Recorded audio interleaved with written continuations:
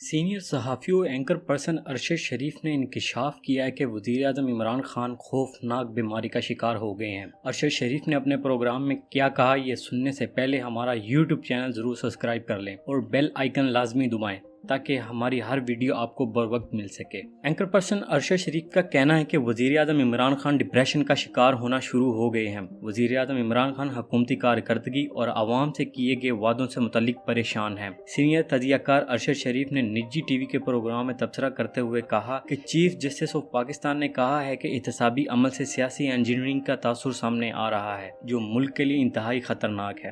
ارشد شریف نے انکشاف کیا کہ مالم جبہ کیس میں پرویز خٹک اور اعظم خان اور دیگر کو سب کو کلین چٹ مل جائے گی۔ اپوزیشن میں گرفتاریاں ہوتی ہیں لیکن چونکہ یہ حکومت میں ہے اس لیے گرفتاری نہیں ہو سکتی۔ ارشد شریف نے کہا کہ وزیراعظم عمران خان کارکردگی نہ دکھانے پر اب پریشان ہونا شروع ہو گئے ہیں کہ میں نے تو عوام سے یہ وعدے کیے تھے، کیونکہ اب عوام بھی یہ کہہ رہے ہیں کہ یہ وعدے نہیں سب اسباق تھے۔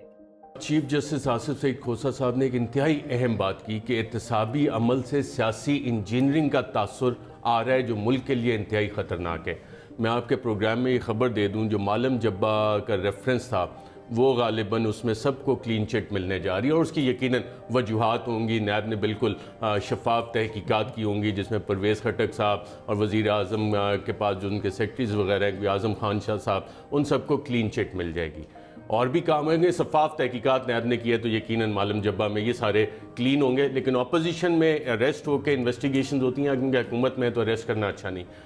وزیر اعظم کے special assistant British national who attend the cabinet میں زلفی بخاری، آج سے کوئی 1.25 سال پہلے تحقیقات شروع ہوئی تھی، باقاعدہ طور پہ پریشر ڈالا جا رہا ہے نیب پہ کہ جناب ان کا کیس بند کریں۔ 2 کمپنیز جہاں پہ ان کے کہا گیا تھا جی منی ٹریل پرووائڈ کریں، جہاں ملینز آف ڈالرز کی ٹرانزیکشن ہوئی تھی۔ اب پتہ نہیں وہ جو ابراج والا منی لانڈرنگ نیٹ ورک ہے اس کے ساتھ وہ لنکڈ ہے یا کسی اور ملک کے جو نیوکلیر پروگرام کے لیے ویپن سپلائی ہے اس کے ساتھ لنکڈ ہے، کہاں؟ لیکن زلفی بخاری صاحب نے وہاں استعفیٰ دے دیا۔ اب پریشر ڈالا جا رہا ہے۔ میں نے نیب سے پوچھا جی پریشر ڈالا جا رہا ہے، انہوں نے کہا نہیں جی ہم پہ تو پریشر ہے ہی نہیں۔ تو میں نے کہا جی یہ تحقیقات آگے کیوں نہیں چل رہی ہیں اس کی؟ یہ تو آپ نے کوئی مارچ 2018 میں کیس شروع ہوا تھا تو اس کے پاس جواب کوئی نہیں تھا نیب کے حکام کے پاس کہ جی ہمارا پروسیس ہے اس میں چل رہا ہے تو یہ بھی آ جائے گا، چھوڑیں گے ہم کسی کو نہیں۔ لیکن بہرحال وہاں پہ پریشر ڈالا جائے۔ جو باقی حکومتی کیسز تھے ان پہ بھی اسی طرح گو سلو ہے۔ سارا فوکس جو آنریبل چیف جسٹس صاحب نے کہا یہ امپریشن آ رہا ہے کہ سیاسی انجینئرنگ کے لیے یہ احتسابی عمل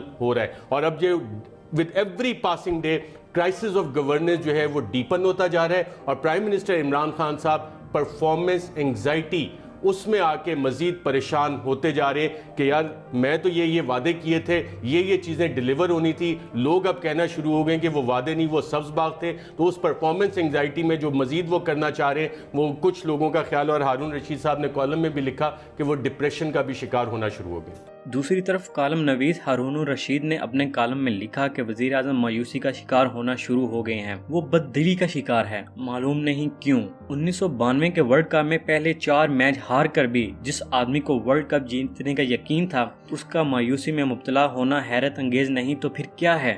ہارون الرشید کے مطابق ان کو ایک ذمہ دار آدمی نے بتایا کہ خان صاحب اب تاخیر سے دفتر تشریف لاتے ہیں اور جلدی چلے جاتے ہیں۔ مہینوں تک ایک بھی چھٹی نہ کرنے والے آدمی کے پاؤں تلے گھاس اگ گئی ہے۔ عمران خان بد دلی کا شکار ہے، معلوم نہیں کیوں۔